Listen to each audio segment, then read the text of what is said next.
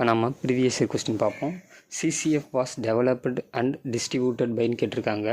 அதாவது இதோட ஆன்சர் வந்து யுனெஸ்கோ தான். ஸோ ஃபஸ்ட்டு சிசிஎஃப்னா என்னென்னு பார்ப்போம். சிசிஎஃப்னா காமன் கம்யூனிகேஷன் ஃபார்மெட்னு சொல்லுவாங்க. இது வந்து எதுக்கு யூஸ் பண்ணுறாங்கன்னு பார்த்தீங்கன்னா பிபிலோகிராஃபிக் டேட்டா வந்து எக்ஸ்சேஞ்ச் பண்ணுறதுக்கு யூஸ் பண்ணுறாங்க.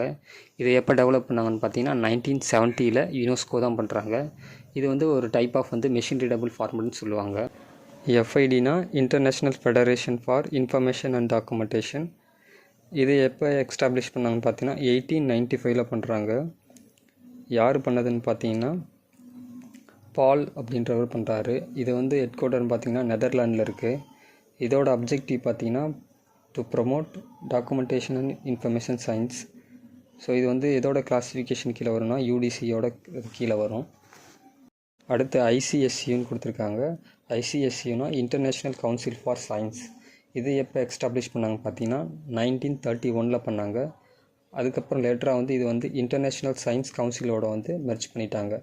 இந்த இன்டர்நேஷ்னல் சயின்ஸ் கவுன்சில் எப்போ எஸ்டாப்ளிஷ் பண்ணாங்க பார்த்தீங்கன்னா 2018 பண்ணுறாங்க. இதோட ஹெட் குவார்ட்டர்ஸ் வந்து பாரிஸில் இருக்குது. அடுத்து ஐஎஃப்சிஎன் கொடுத்துருக்காங்க. ஐஎஃப்சிஎனா international federation of classification association.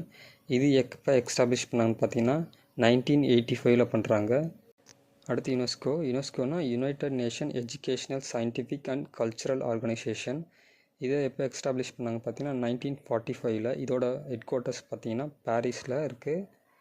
இதோட அப்ஜெக்டிவ் பார்த்தீங்கன்னா to promote education science and cultural. UNESCO தான் வந்து சிசிஎஃப் வந்து டெவலப் பண்ணாங்க.